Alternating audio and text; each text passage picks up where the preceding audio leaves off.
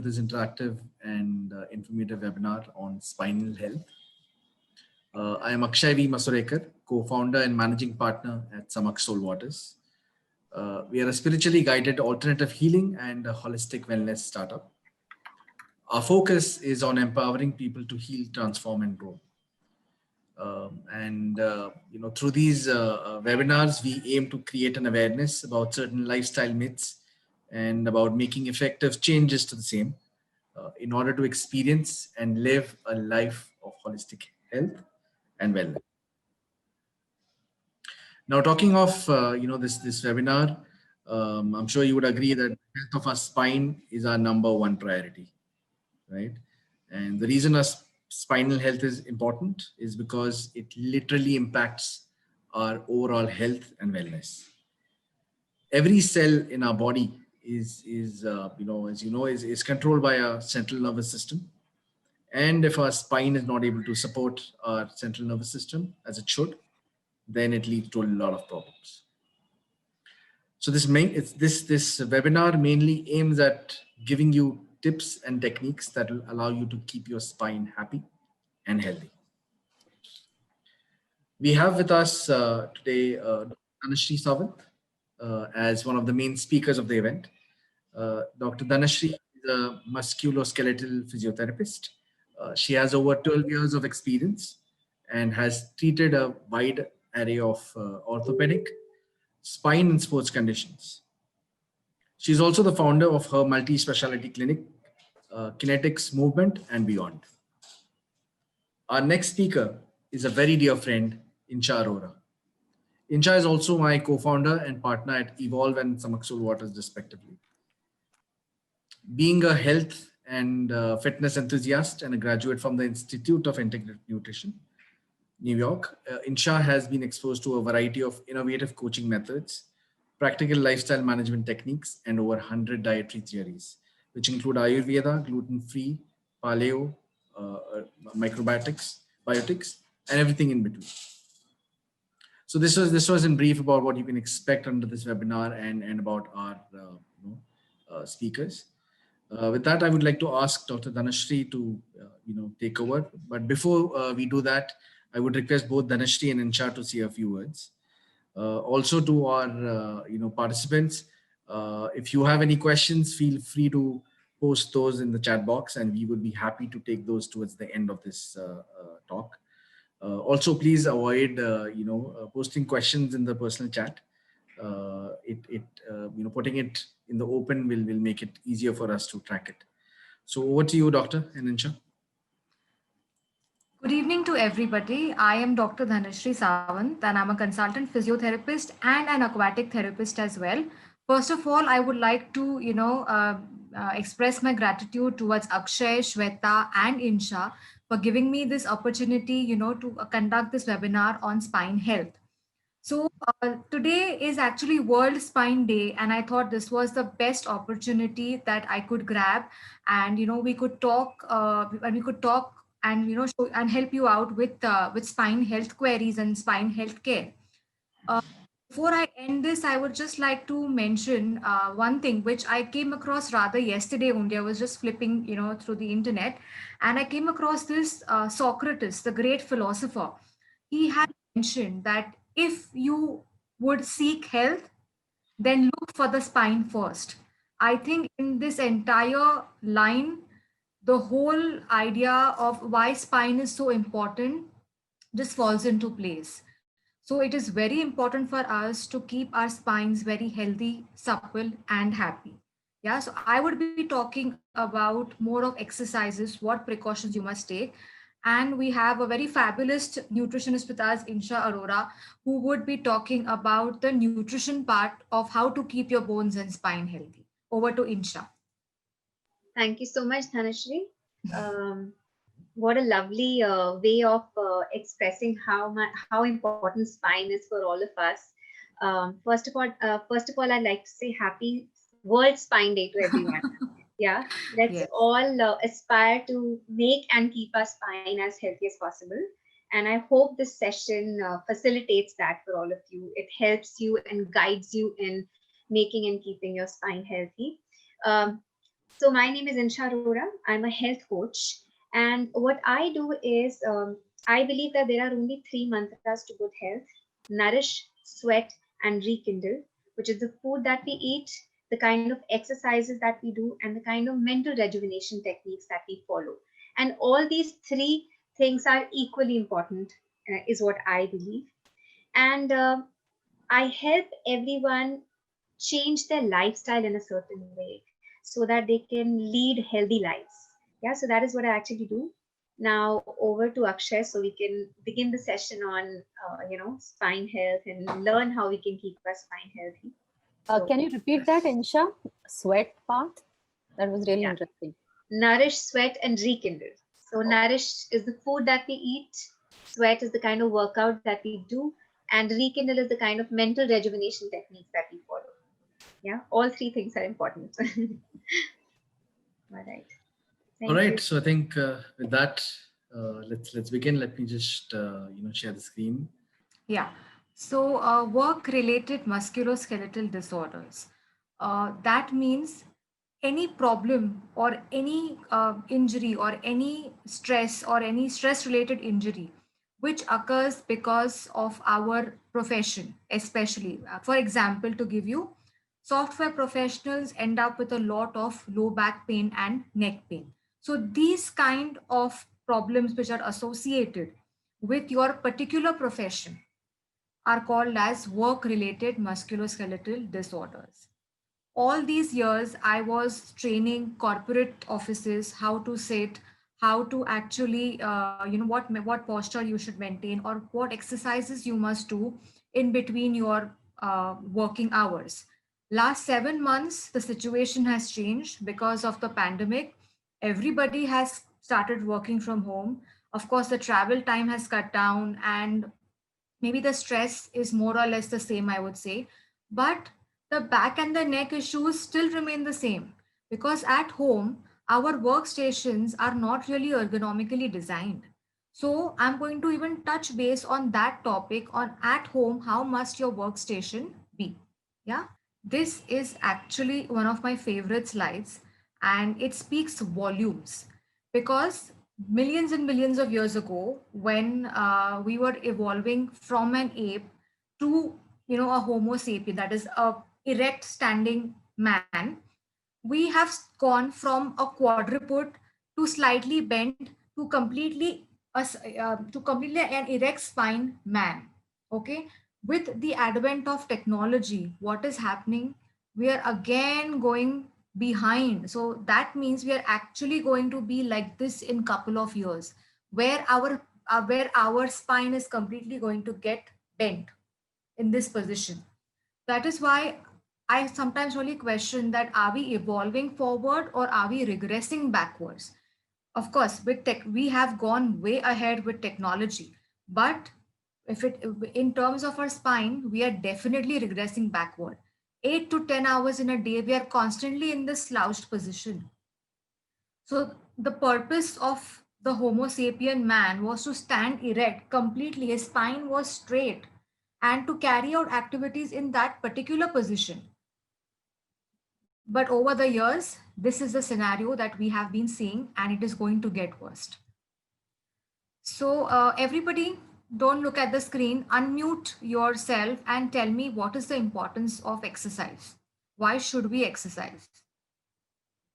Anyone can unmute. It reduces your weight, of course, helps you manage your weight. Yes, weight loss is one aspect of it. Other factors?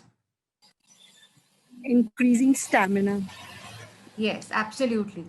So I always consider weight loss as a byproduct of exercise. My whole idea is always to be fit. If you focus to be fit, weight loss will follow. I think Insha will agree to that. I'm not sure, but this is what I think. Exercise, Absolutely. yeah. So it definitely tones and strengthens the muscles. It will improve your stamina, aids weight loss, flexibility improves. Also, whenever we go for a walk or a run or a jog, why do we feel so happy? Because there is something called as endorphins or serotonins. They are chemicals which are released by the brain which make you feel very happy. That is why you have this very positive sense of well-being. It boosts your self-esteem. It boosts your self-confidence as well, because the sense of well-being is so high once we exercise. Also improves mental concentration, reduces insomnia. So to there are quite a few to name, but the most important one is that it promotes a positive attitude, it keeps you fit, and it keeps you strong. So we must exercise for those reasons. Yeah.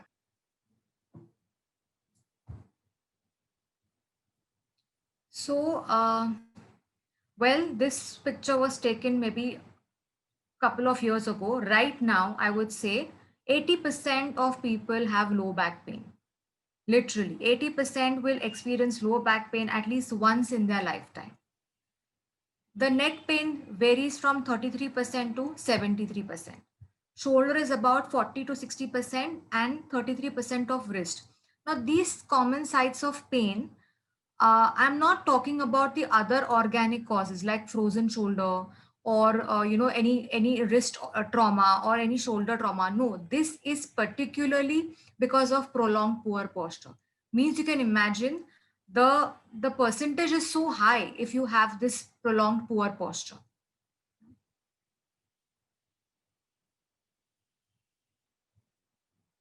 Okay. So as I said, work-related musculoskeletal disorders are nothing but they are conditions wherein the particular muscle or the joint is repetitively stressed over a period of years, causing to the damage or the damage of the tissue. So it is basically because of prolonged poor posture. Now, prolonged poor posture, why am I specifying so much on that? Is because if you're constantly in a bad posture, maybe for months to years together, it will cause a lot of micro trauma repetitively on your spine or anywhere, maybe on the joints of your body, and that will basically lead to your neck pain, low back pain, or upper pain. Now, we've often heard that, you know what, I'm so stressed out, my low back pain, or I'm having a lot of neck pain, and my neck is like completely taut. Yes, I agree. Stress will only aggravate it. Stress does not cause the pain. So, when I make this particular statement, all the executive directors are very happy because often the employees complain, I have so much of stress, so, my neck pains. No, stress will only aggravate it. It will not cause the pain. That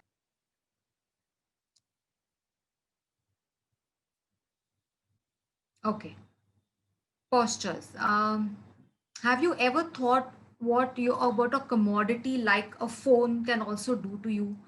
Okay, most of us, if you see, people standing now, it's not okay. Now people are still going out, but if you see people in the train, people in the bus, young kids, right from somebody who is in the seventh, eighth standard to a 75-year-old lady, or a person, will be constantly like this.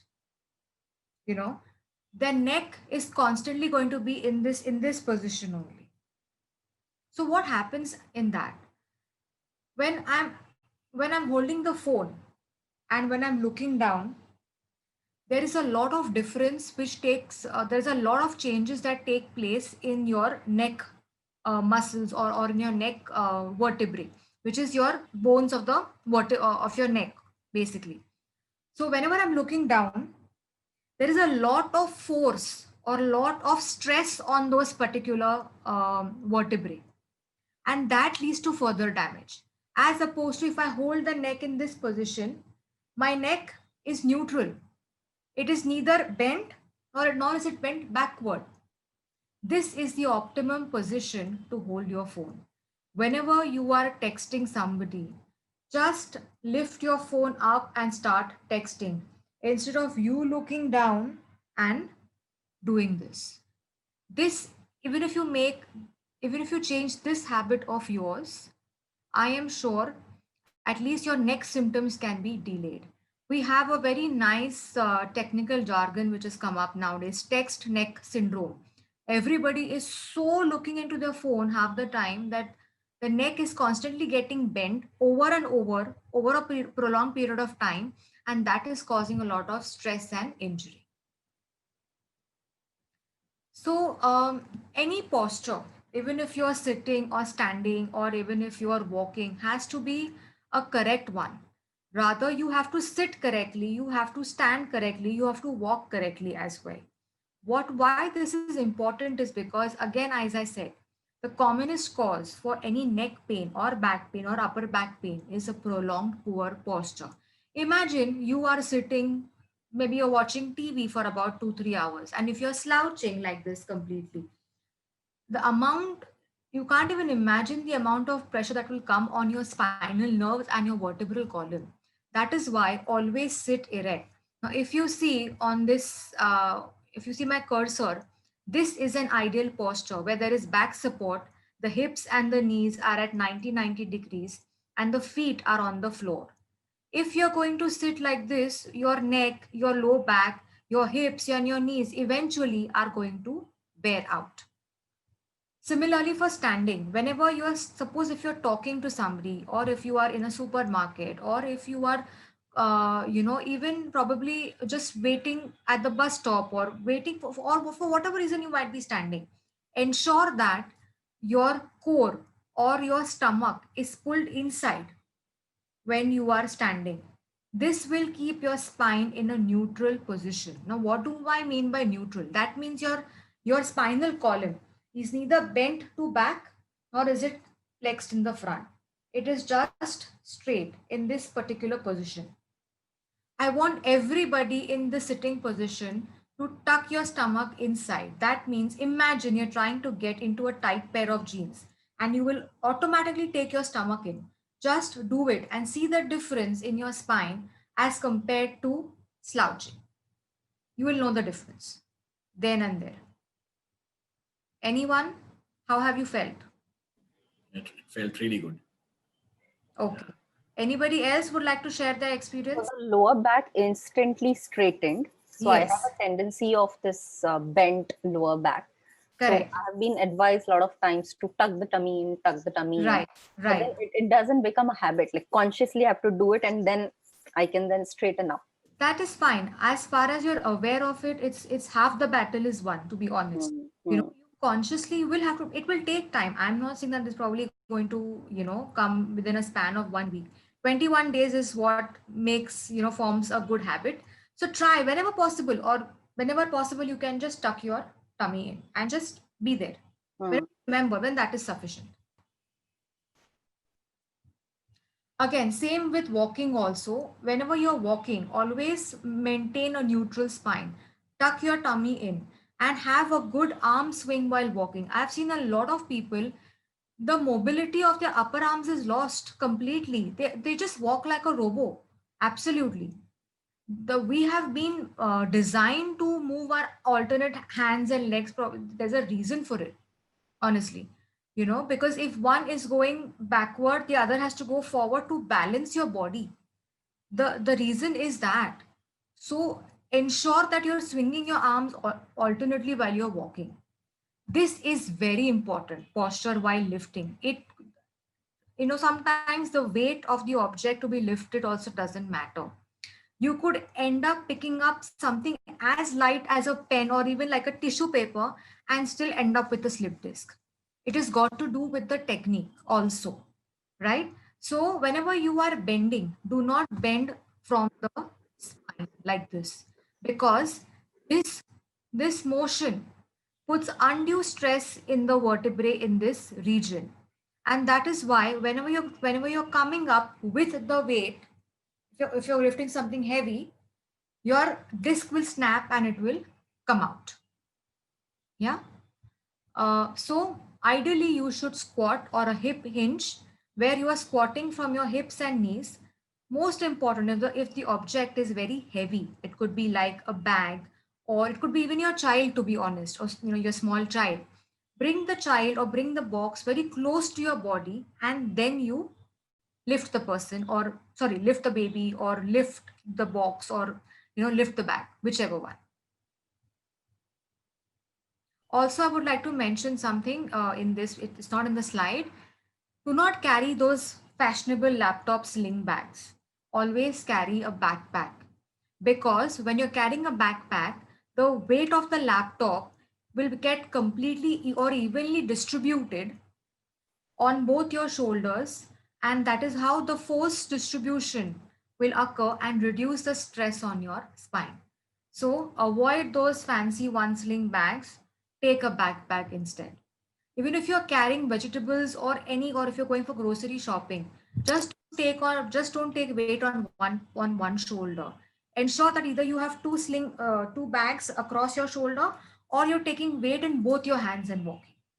This is something which I consciously make an effort, whenever I go out for shopping, because it definitely reduces the load on your lower back.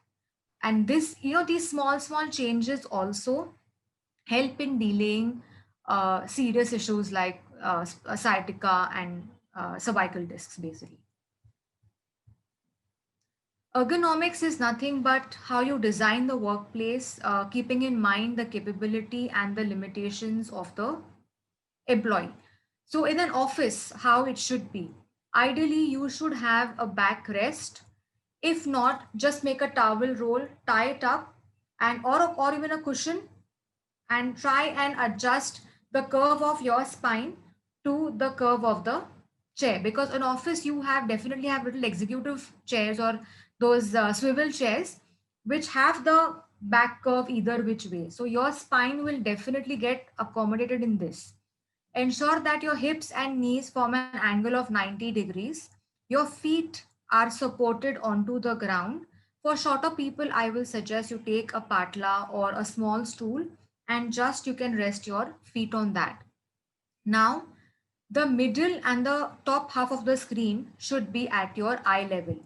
If it is lower, you will do this completely. So we have to avoid that. So what can you do? You can actually have the screen at your middle and the top half, at your eye level, sorry. Your elbows should be supported and only your wrist will be working. This is for a desktop now. Laptop, I would suggest, you get these laptop stands or laptop wedges, which will serve the purpose, because I want that tilt or I want that elevation, which directly brings the screen to your eye level. So you're not looking, and do not carry or do not place your laptop on your lap, because if you do, though the term laptop is, involves the lap, but putting the laptop on your lap is again going to cause this problem, which we don't want to do, which we want to avoid any forward bending postures throughout the day. We are anyways bending forwards throughout the day, even when we are brushing our teeth, when we are eating, we are constantly in this position. It's time that we straighten up as much as possible. Work from home ergonomics. Okay. Now everybody is working from home, and we cannot expect to have ergonomically designed workstations. So what you could do is get these laptop wedges. If not, stack a directory or some books or some boxes and place your laptop on that. Automatically, the screen will be at your eye level. Get if you have a backrest chair, no worries, you can sit with your back support. If not, you could probably use a cushion or a towel roll. I'm not saying a pillow, I'm saying a cushion, the square ones if you have, and or a towel roll that can be placed just between your spine and the seat.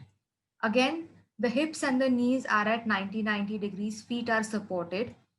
All your required equipments, for example, your keyboard, your pens, or your paper, has to be very close to your uh, table. Sorry, it has to be very close to your place. For example, you cannot have a keyboard to the right. You can't type like this, or you cannot have a pen somewhere there, so a little ahead, or maybe like 2 to 3 cent. It has to be in the vicinity of about 2 to 3 centimeters, wherein you're not twisting your spine to get it. You might do it once. If doing it once is not going to cause any problem, but if you have to keep doing it 7, 8 times throughout the day, the torsion of the spine is again going to cause wear and tear. So ensure that everything is within 2 to 3 centimeters of radius, just very close to your laptop, basically.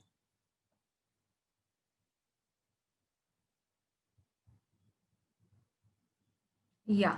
And as close, yeah, I would like to mention something that follow the 20-20-20 rule.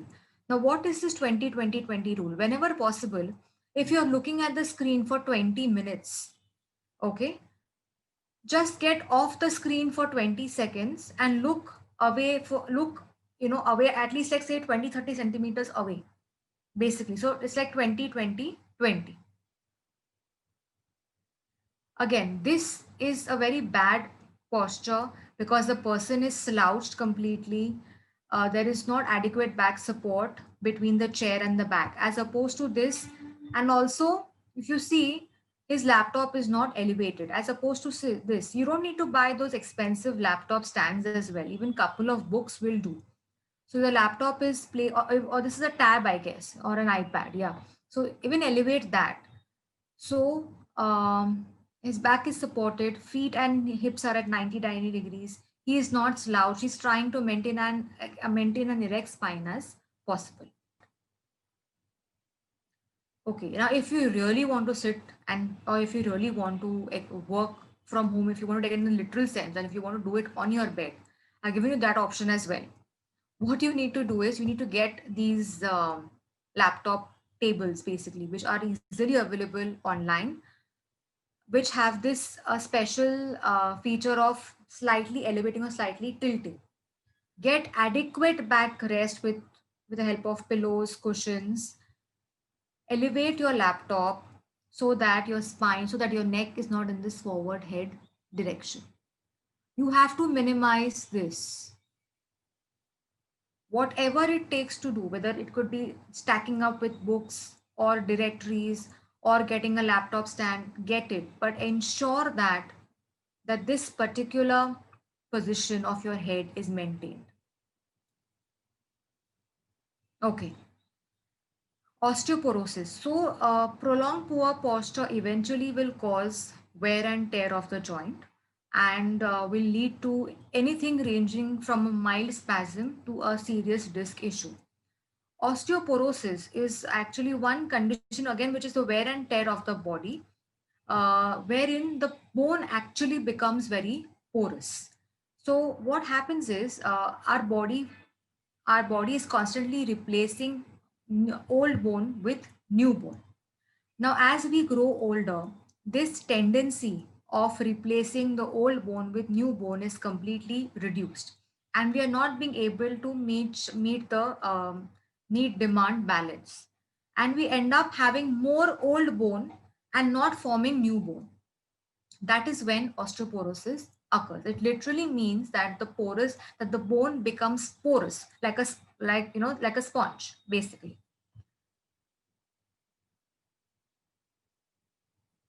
Risk factors are age, as I said. Increasing age will put you at the risk of osteoporosis. Females are at a higher risk for osteoporosis, especially after menopause, because before that, we are under the protective influence of estrogen. Petites, the small size, people who are really thin and really short will have, because they have a very small body mass, they will also end up having osteoporosis. Also, deficiency in calcium or any sedentary lifestyle or smoking, alcohol, will also lead you to osteoporosis. Yeah, unfortunately, there are no particular signs and symptoms of osteoporosis. You can only get yourself diagnosed either when you do a DEXA scan, or if you have or if somebody whom you know has a fall and they get a fracture, and then sometimes doctors say he's been or she's been osteoporotic. So the T score is very important. If your T score, this is usually your DEXA scan that is done, and the T score is calculated. So anything below minus 2.5 is osteoporosis. Between -1 and 2.5 is osteopenia. Means you have not got osteoporosis, but definitely the density of your bone has come down and you should take care. So whatever the cause of the osteoporosis is, especially in things like sedentary lifestyle diseases, or if you're having thyroid hormone deficiency, or if you're vitamin D3 deficient, or if you have calcium deficiency, treat that particular cause first. Excessive smoking and excessive alcohol also are one of the causes. So ensure that those vices are also controlled. A lot of times, calcium supplements are recommended, usually in men and women. About 1,000 milligrams of calcium are recommended, and it could, and up to about 1,200 milligrams in menopausal women. Good source of calcium is low fat dairy products, green leafy vegetables, and milk. I think Insha is going to cover in detail about what calcium rich foods we must consume. Absolutely. Yes. Vitamin D3 is common, is low in everybody, because the best source of vitamin D3 is actually sunlight. Now, if we are not being able to get this sunlight and, or kind of absorb D3, because D3 is very important for absorption of calcium. Now, why doctors say that we should take vitamin D3 supplements? Because your D3 is that particular vitamin which will help absorb calcium, which is required for bone growth. Basically, so what I talked about, the new bones that are formed and the old bones that are replaced, if you have good sufficient amount of vitamin D3, it will be able to absorb calcium better, and there will be good and new bone formation, thus preventing osteoporosis. And you have these medications which are prescribed by a lot of orthopedic surgeons for osteoporosis. Yeah. So, as I said, the best source of vitamin D3 is sunlight. And the deficiency of vitamin D3, the commonest deficiency that I have come across right now is I feel very fatigued at the end of the day. Means probably one of the reasons is low vitamin D levels. Right now in this COVID pandemic also, vitamin D apparently is known to improve the immunity as well. So along with vitamin C, a lot of people have been started, using vitamin D indiscriminately. My suggestion to everybody who wants to take vitamin D3 is, please get yourself tested. If you're already in the normal limits, you don't need additional vitamin D3, because if you have too much of vitamin D in your body, that also can cause problems. Excess of everything will cause problems. So, whenever you want to start with vitamin D3, I agree that in most of the patients, most of the people, vitamin D3 is low, but just get yourself tested and then start with vitamin D3 supplements. It battles infections, it prevents, it is very good for muscle strength. Also, it relieves your any kind of pains and niggles that you have. Sciatica. Now, anybody has heard this term sciatica? I'm sure most of you all must have heard. Yes, yes. Yes. So, sciatic is a nerve, and this is the course, or this is how the nerve runs in your body. It starts from your low back region. It travels from your buttocks to your thighs. This is the back of the thigh, and it goes down your calf till your heel. So basically, this entire backside of your body, from your from your low back till your heel, is supplied, or is this is how the nerve, that is where the nerve is present. If this nerve gets compressed anywhere in this portion or in this region, we label it as sciatica. It's an umbrella term. It could lead to multiple symptoms and many symptoms. So this is just an umbrella term. The causes usually are a slipped disc. So because of prolonged poor posture, because you're completely bent like this, sitting in a slouched position, in the long run, the disc comes out and presses out here at this nerve, and that results in sciatica. Let me see if this link works. I'm not sure. Can you check, Akshay? Disc generation or trauma can cause the nucleus to herniate through the weakened layers of the outer disc and leak out of the annulus fibrosus. Spinal into the disc spinal consists canal. of two main parts. In the case The of a lumbar lumbar herniated disc in the disc the center, weak spot and the outermost fibrosus layer is directly collectively underneath called the the spinal annulus nerve root. fibrosus. So a herniation These in two this area components can put facilitate direct the pressure spine's on the movement nerve and provide The support nerve for the root vertebrae. Extends down the leg, and any type of pinching or pressure on the nerve in the lower spine can cause pain, numbness, tingling, or weakness to radiate Disc along generation the or nerve There are trauma down the leg. multiple videos However, playing. Yeah. Some layers of the outer disc MRI can scans leak yet out of have the no annulus associated fibrosus pain. into the So not spinal all canal. herniated discs will cause In the symptoms. case of a lumbar herniated disc, the weak spot in the annulus fibrosus No, is no, no. I directly think, yeah. beneath the spinal nerve root. So a herniation in this area can put direct pressure on the nerve. The nerve root extends down the leg, and any type of pinching or pressure on the nerve in the lower spine can cause pain, numbness, tingling, or weakness to radiate along the path of the nerve down the leg. However, many people have shown a herniated disc on MRI scans, yet have no associated pain. So not all herniated discs will cause symptoms. So again, as I said, so what exactly happens is between the two vertebrae, you have a jelly-like substance, which is basically a bit more tough on the outside and soft in the center. Now, in the long course of time, this disc will completely shrink because of prolonged poor posture or because of a trauma or an injury, and disc loses its water content and becomes completely dry, and it comes out, and what comes out presses on that sciatic nerve, which leads to disc degeneration or sciatica, basically. So again, as it was mentioned in the video, anybody above 30 years of age can have mild to moderate disc without giving rise to symptoms. So that doesn't mean that after 30 you should take an MRI, not needed. It's only required if you really show those kind of symptoms. So pain in the low back area, tingling, numbness, weakness weakness in the severe stages are the few symptoms. Painkillers, steroids, muscle relaxants, calcium supplements, vitamin D3, physiotherapy in the form of exercises, core strength are something that is usually recommended for the management of chronic low back pain. Thank you.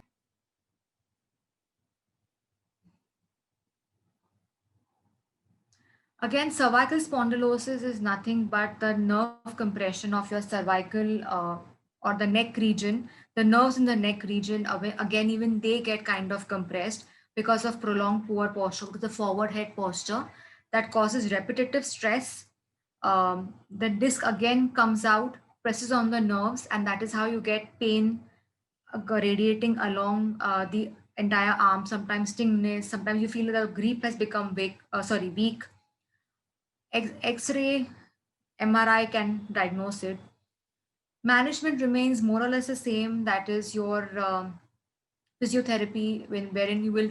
I'll be teaching you all of you exercises for that as well. For neck pain, for example, taking a chin in, which will kind of reverse the forward head posture. Surgery in both the cases, whether it is sciatica or cervical spondylosis, is a last stage or is a last resort. So coming to almost the end of this presentation, a way to healthy spine, avoid prolonged sitting or standing. So even if you are sitting for about 45 minutes, get up, grab maybe a glass of water or cup of tea or coffee and come back and sit. If you're standing for a long time, especially bakers, basically, try and sit in between if you can in between. Take regular intervals. Follow the ergonomic posture as possible. Stretch yourself in between your activity. And the most important is do the reversal of prolonged activity. That means if you're sitting, you need to stand. If you're standing, you need to sit. Whenever you feel your symptoms or your pain is worsening, do not try some home or self-taught exercises. It has to be done either under supervision. A lot of information is available on the net. Please do not resort to those. If you need help, please ask for it and take an expertise advice if necessary. Okay, These are a few exercises that I'm going to actually make you all do. I want all the cameras on now so that I can actually see each and everybody doing this. And Yeah. I can also maybe you can stop sharing. Let's get to that. Yeah, you can, but I will need further this thing. I'll need the exercises. Like I'll have to. Sure, sure. I think then let it be like Yeah. this. So everybody, please get the cameras on. The camera.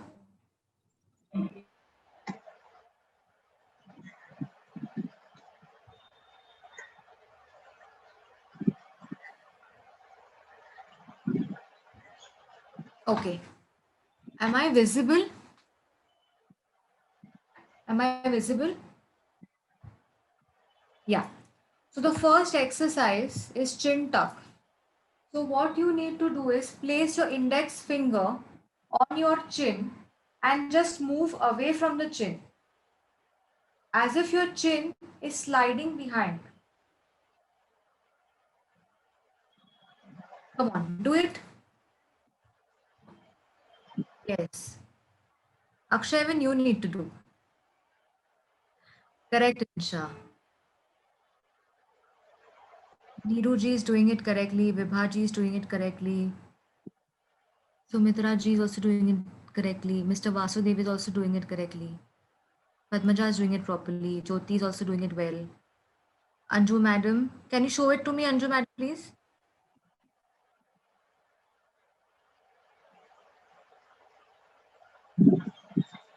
You can unmute yourself. Unmute or video? Unmute. Okay, Yeah. I've unmuted. Yeah, and show me how you're doing it.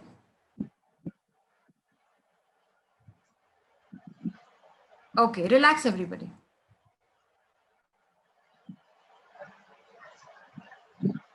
Okay. Okay, now the second exercise is what we often do is nothing but move your neck down, come back to the center, move your neck up, come back to the center. Now look to the right, come back to the center, look to the left, come back to the center. Come on. Yeah, do everybody. With Just the one repetition. Correct. with the hand on the neck. Sorry. With the hand on the head. Yes, and also, yeah, I was coming to that actually. I was waiting for you all to finish. And now stretch as a way. So place your right hand on the left ear and stretch and bend towards the right side. Similarly, the left hand side.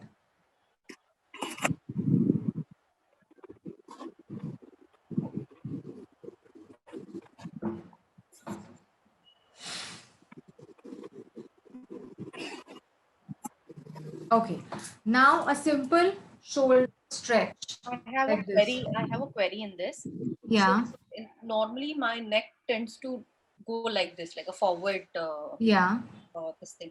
So when we are doing this neck bending exercises, should I keep it like this as you showed in Uh, the exercise? that is an advanced version, which I will not recommend you to do it unless it's done under supervision.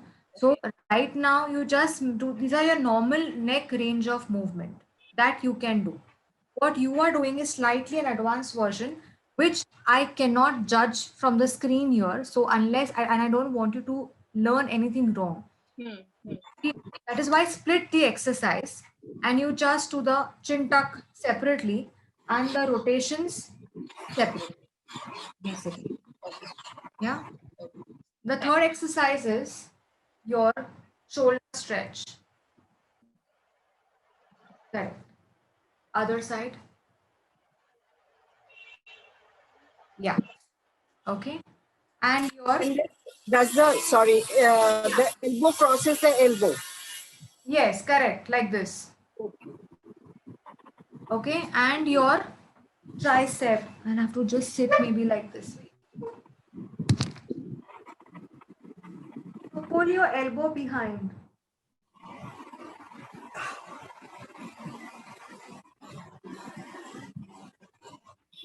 No, I'm talking about this exercise now. So wherein your right hand With your left hand, pull the elbow as behind as possible. Yes. Amruta, you need to hold your right hand, or your left hand over the right elbow, like this. See? Yeah. And pull your right arm as down as possible. You'll feel a stretch on this portion.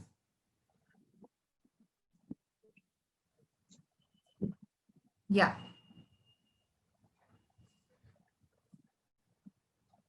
Everybody's got this correctly?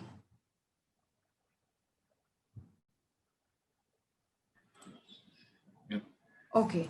Now your wrist stretch. This way. Yes, correct. And this way.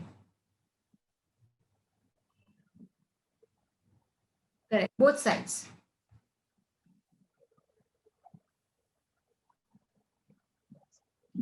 Correct. Yeah. Akshay, is it possible to send these slides, sorry, this particular section to them? We could email them actually. The exercise bit of it. Yes, yes, we can. Okay. Okay. Usually, these are a few exercises for your low back. But if you cannot do anything, what I would really suggest is just stand up in place and stretch your spine as much as possible. Okay. This is your Bhujangasana. It is mainly for low back pain. This is nothing but a backward bending wherein you are standing and bending backwards. This is your pelvic bridge where you're lifting the hips off the bed. Your cat and camel. This is nothing but just taking your stomach inside, and this is straightening your spine as much as possible. Okay, so these are a few exercises which are usually recommended for low back. I wouldn't say pain, but anybody having a niggle or any kind of spasm, we could do with these exercises. So we will be sending out these exercises to you. If there's any query, always get in touch with me. Thank you. So yeah, that's about it. And I've been running these virtual physiotherapy online sessions for people who can't come to the clinic, where it's usually technology assisted. That is, I have a software which kind of measures all the angles, and we get to the assessment.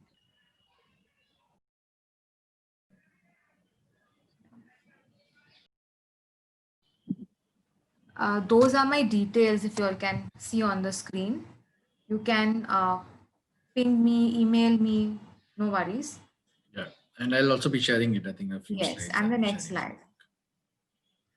You can follow me on Instagram and Facebook, and I post a lot of videos there, so you can definitely have a go at those videos as well. Definitely.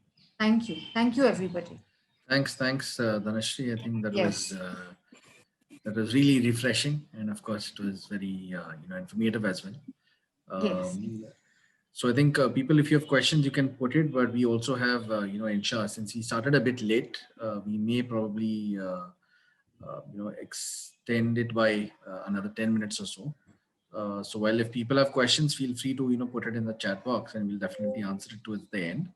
But we now, I think, maybe request Insha to maybe start talking. Sure, Akshay. Thank you. Thank you, Dhanashree. It was a lovely, insightful session.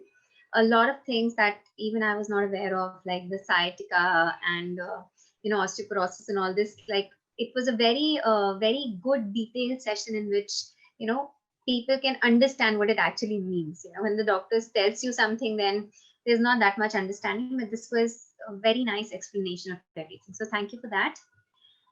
Okay. Thanks, Dhanashree. It was a very informative and a nice session. Thanks a lot. Yeah. You're on mute, Dhanashree. I tried to keep it as simple as possible so that I could explain. So that is why I even embedded that video, because it's very difficult otherwise to explain sciatica. Yeah. Yeah. Yes. No, it was actually very insightful. Thank you Thank so much.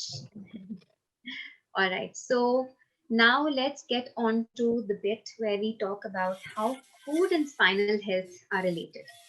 But before we delve deep into it, I would like to ask you guys, do you think that food and spine health are interrelated? Do you think that there is any connection at all? And if so, what kind of foods do you think we need for good spinal health? So I just want to understand what your current understanding of food and spinal health is. Is there anybody who would like to answer these questions?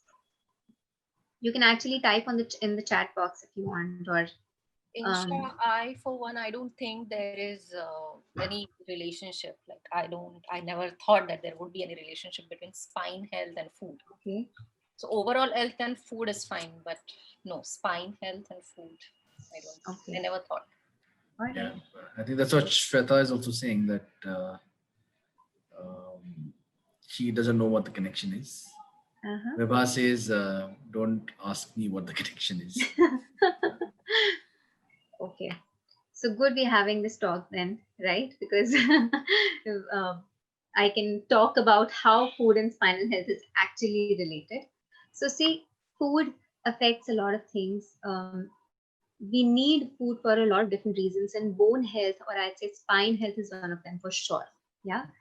But let's try and understand what is it that makes our spine so healthy. Is it just food, or is it something else as well? So I would say that for a healthy spine, you need two things, two main things. All right. The first thing is good food. So you need to eat well to keep your spine healthy. And the second thing is exercise. Exercise is equally important. Now, I'm very happy about the fact that Dhanashri spoke about so many exercises that can help your spine. But overall, also exercise is very important, and we'll talk about that as we progress further in the talk. So these are the two important things. Now I want to talk about how food is so important for a healthy spine.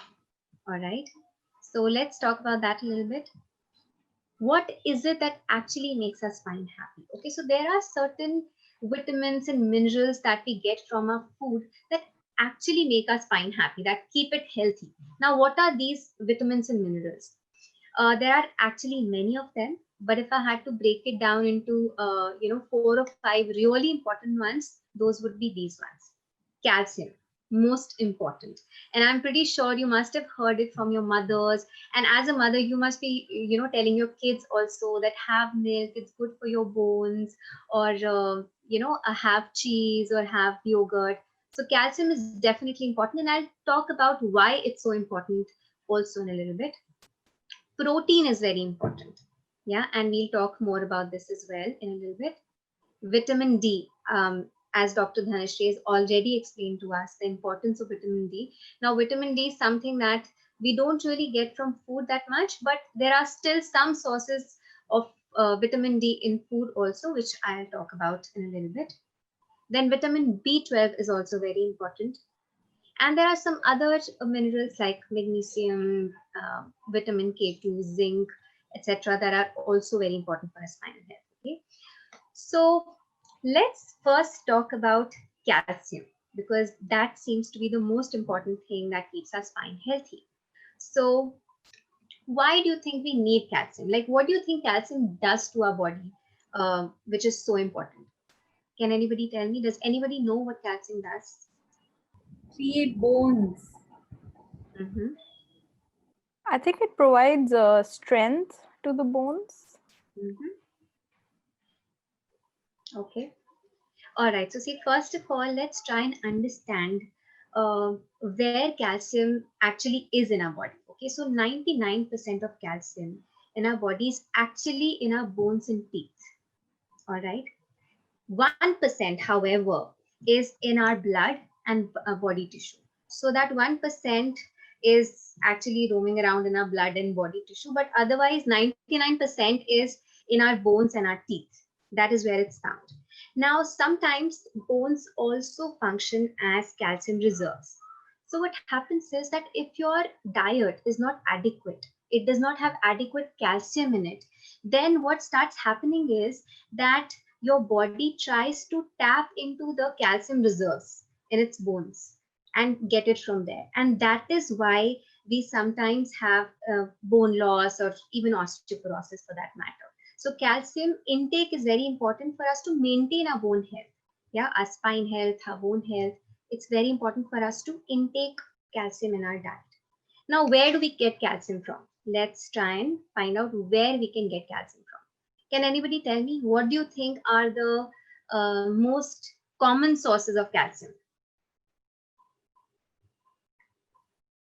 Cheese. Mhm.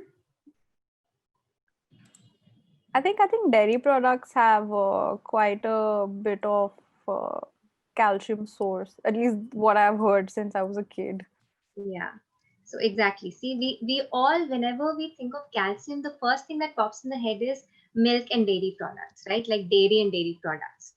But what if I told you that there are better plant-based calcium sources out there, which have much more calcium than milk or milk products, actually do. So see, the problem with milk is an excellent source of calcium. Dairy products are an excellent source of calcium, but it's just that there are there's a lot of contamination these days. We don't know what the source of this dairy actually is, right? And it's impossible for us to find out at times as well. So in such times, it's better to stick to actually mainly include plant-based calcium in our food so that we at least know what's going inside our body, right?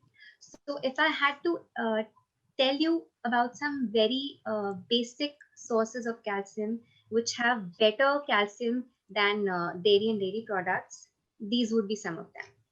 So the best source of calcium would be green vegetables. All these green vegetables actually have much higher content of calcium in them than milk.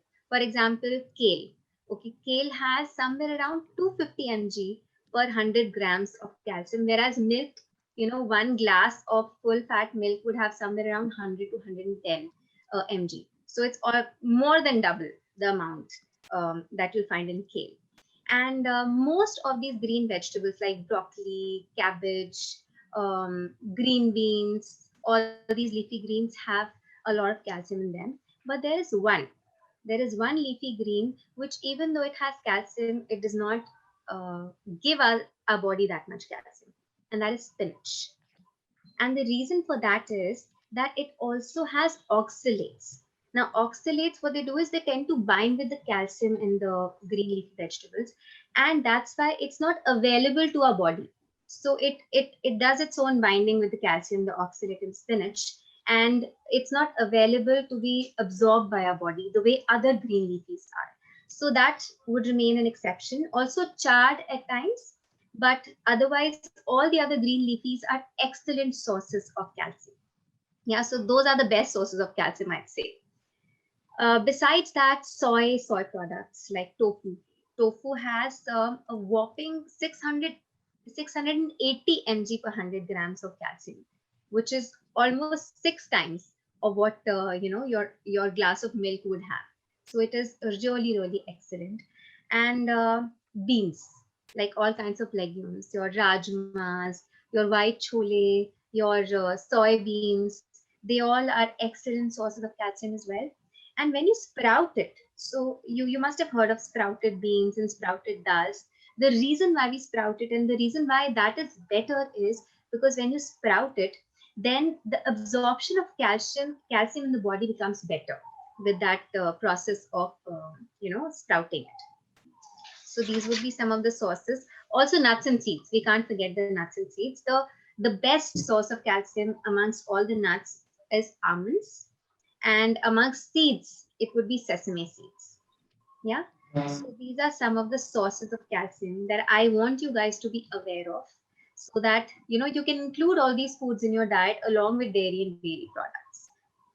Insha, like if we compare a cup of milk against these products, then which are go better than a cup of milk? Okay, so the best amongst all these is sesame seeds. Okay, sesame seeds has somewhere around 980 mg per 100 grams of calcium in it. Okay, so that would be the best. Second is tofu. Then we have all these lentils and legumes. So they are also excellent. Yeah, then your green leafies, of course. And see, the thing with green leafies, the reason why they are my favorite source of calcium is because they are so readily available. Your green vegetables are readily available and can be easily included in your normal diet, right? They can easily become a part of your diet. Whereas if you include a lot of nuts and seeds, that also has its own set of repercussions, right? Because you can only have a limited amount. You cannot have so much. You cannot have like 100 grams of sesame seeds or 100 mg of sesame seeds. So that is where the difference is. So the best source I would say is green vegetables. Include as many green vegetables as possible in your diet. And please don't make spinach the bad guy. Spinach has a lot of good, interesting vitamins and minerals. It's just that calcium, particularly, it doesn't allow our body to absorb. So that's the only reason why spinach is not counted as a calcium-rich food. Yeah. All So this is all Thank about calcium. No problem. Amrita, does that answer your question? yeah. Got it. Achha. Okay, now see, we get the calcium from these foods. Now, how do we keep it there? So there is a very small tip that I'd like to give to you guys. Yeah, so a lot of times what happens is that when you use a lot of salt in the food, sodium in food, the calcium absorption becomes a little lesser.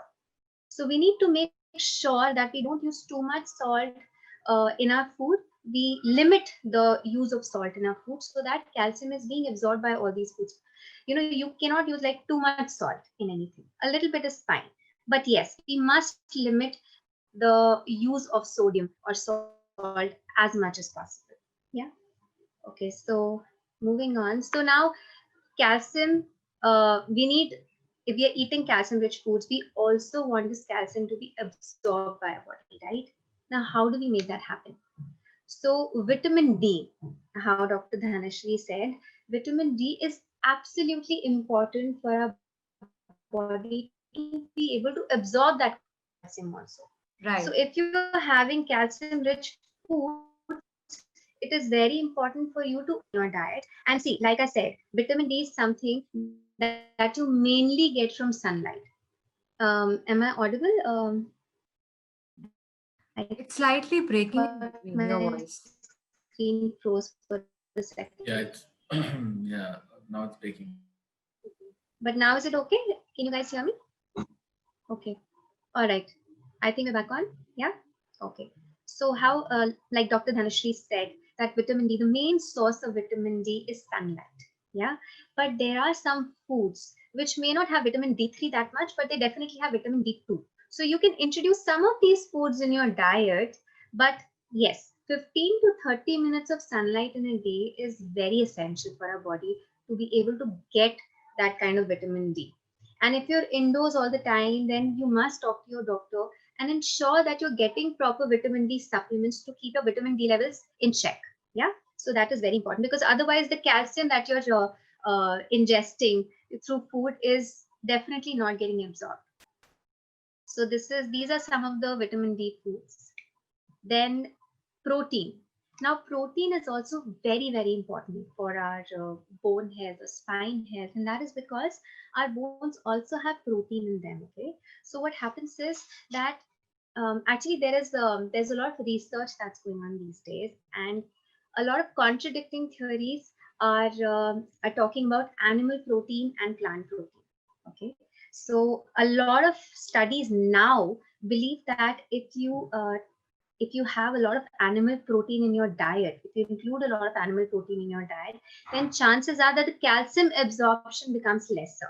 This has not been established yet, but I just want to tell all those vegetarians out there or all those vegans out there that don't worry, you have enough sources of protein in your diet, and it's not just animal protein that gives you that protein. You have plenty of plant-based proteins as well. In fact, research is now leaning more towards plant-based proteins. So there's nothing to worry about. Yeah. So protein is very important. Of the very common and these are plant-based proteins which are very, very good. Yeah. So you can just go through this, and we'll also be sharing these slides with you. So that's not an issue. a problem. You will have all this information handy with you, right? So please don't make Spanish the bad guy. Your voice is cracking. Yeah. Spinach is there, broccoli is there, all these. Is there a bit of my talk that you'd like me to repeat? Was I audible throughout, or should I repeat something? I think it was only just the last thing that you just said, so you can just maybe repeat that. Okay, no, so I was just talking about spinach, how spinach is right on top of this slide, under plant-based protein. So spinach is definitely one of the good guys. So don't exclude it from your diet. Yeah. So all these are excellent sources of plant-based protein. And then another thing that we definitely need for calcium absorption to be good in our body is vitamin B12.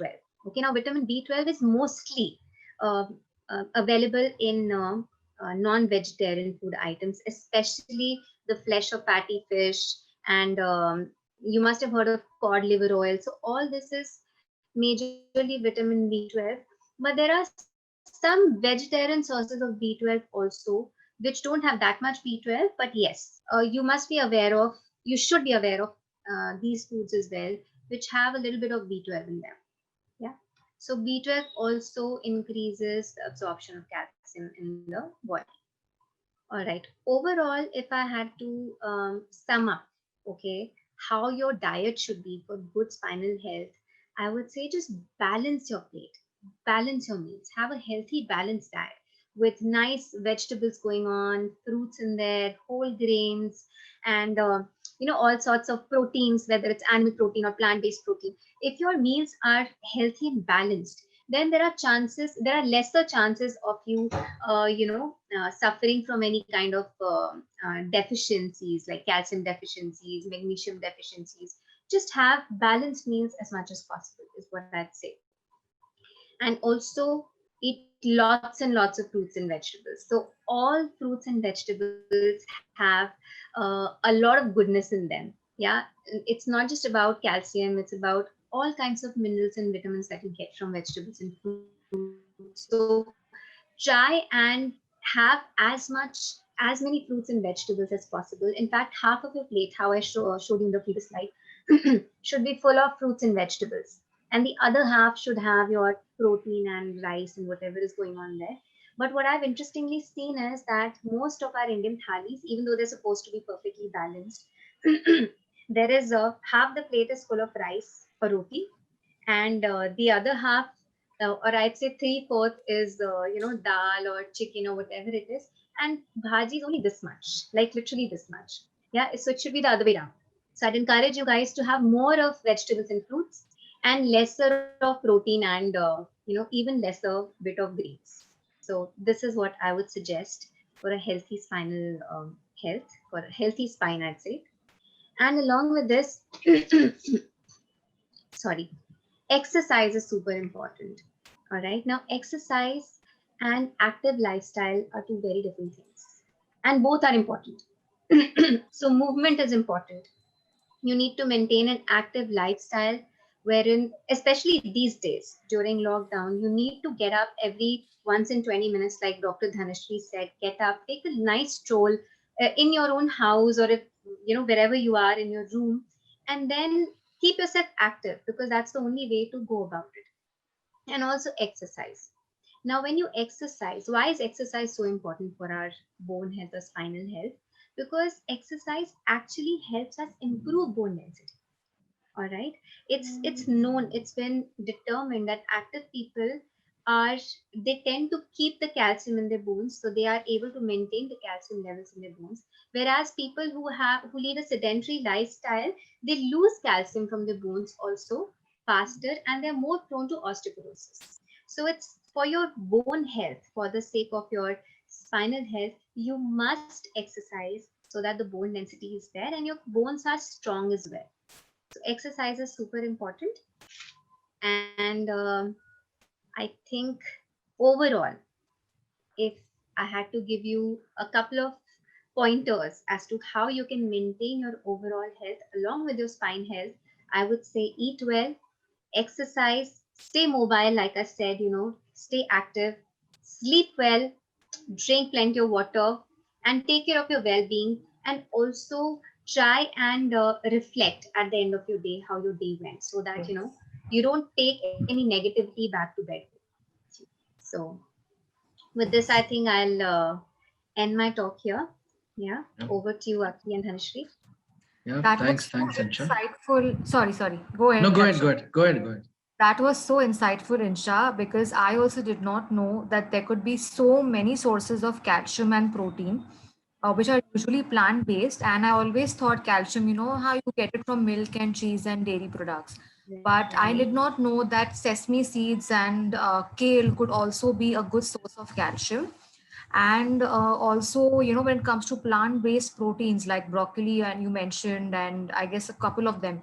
So definitely it's a very good option for vegetarians who always say that how do we get our proteins from? Absolutely. And as you rightly pointed, that exercises do help in preventing osteoporosis, because anything that is weight bearing, means whatever you are, either you're walking or you're weight training, or even if you are doing any particular exercises which is weight bearing, that means you're standing on your 2 feet or jogging, will actually promote more bone formation, and that will kind of delay the onset of osteoporosis. Yeah. And I've seen a lot of like misinformation going, especially in this aspect, because people feel that the more they'll jog, the more they'll walk, the more they'll wear out their bones, or the bone density Right. might go low. So I've seen that in quite a bit, when it Yeah. comes to I always feel that if you cannot exercise, or if you feel that gym is not my cup of tea, or I don't want to spend so much in a class, best thing, the most cost effective thing is going for a brisk walk. 30 absolutely. minutes every day for 5 days, as in is recommended by American College of Sports Medicine. So brisk walking for 30 minutes 5 days a week is sufficient to keep you in general healthy and strong. That's how I would like to conclude my No, this. absolutely right, Right. Dr. Dhan. Thanks, Dhanashree and Thank you so Insha. much. And yes, I think we've kind of exceeded the time limit, so we may not have the time for Q&A. But I've just messaged my email ID along with Shweta's email ID. If people have any questions, feel free to email us on akshayam@samakshhealing.com or shwetav@samakshhealing.com. Yeah, you could also Akshay give them Insha and my details. So if they want to connect with us one to one, if they have any doubt, or they can always connect with us anytime. No problem. Yes, I can do that. I think in the email. And yeah, I think thank you very much once again, Dhanashree and Insha, for inviting us Thank on this you. topic. Thank you. And I'm sure I think we will now be more conscious of the lifestyle choices we make in an attempt to experience holistic wellness. And also thank you to all our participants for being here and for being here. Yes. Thank you so much. Thank you so much. Thank you so much, everyone. Thank Yeah, you. and then before we leave, I think our fourth webinar would be on diabetes. This is something that we've planned for, right after Diwali. And so, yeah, keep watching this space for more updates, and we wish you the best of health and happiness. Thank you. It was a great being here. So I'm so glad that I could be a part of this webinar. I'm really so happy. Thank you so much, Thank you. Shweta. Thank you. Thank you, guys. Thank you. Thank you, Bye-bye.